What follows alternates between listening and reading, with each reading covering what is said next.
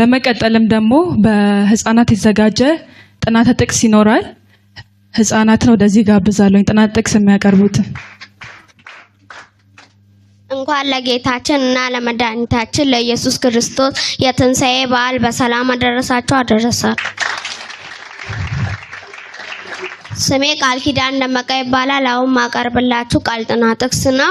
የቃል ክፍል መዝሙረ ዳዊት ምዕራፍ 1 ከቁጥር 6 ምስጉን ነው በክፎች ምክር ያልሄደ፣ በኃጢአተኞች መንገድ ያልቆመ፣ በዋዘኞች ወንበር ያልተቀመጠ፣ ነገር ግን በእግዚአብሔር ሕግ ደስ ይለዋል፣ ሕጉንም በቀንና በሌሊት ያስባል። እርሱ በውኃ ፈሳሽ ዳር እንደተተከለች ፍሬዋን በየጊዜው እንደሚሰጥ ቅጠሏም የማይረግፍ ዛፍ ይሆናል።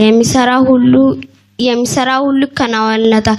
ክፉ እንዲህ አይደለምና፣ ነገር ግን ንፋስ ጠርጎ እንደሚወስድ ትንቢያ ናቸው። ስለዚህ ክፎች በፍርድ ኃጢአተኞች በጻድቃን ማህበር አይቆሙም። እግዚአብሔር የጻድቃንን መንገድ ያውቃልና የክፎች መንገድ ግን ትጠፋለች። ስላዳመጣችሁኝ አመሰግናለሁ።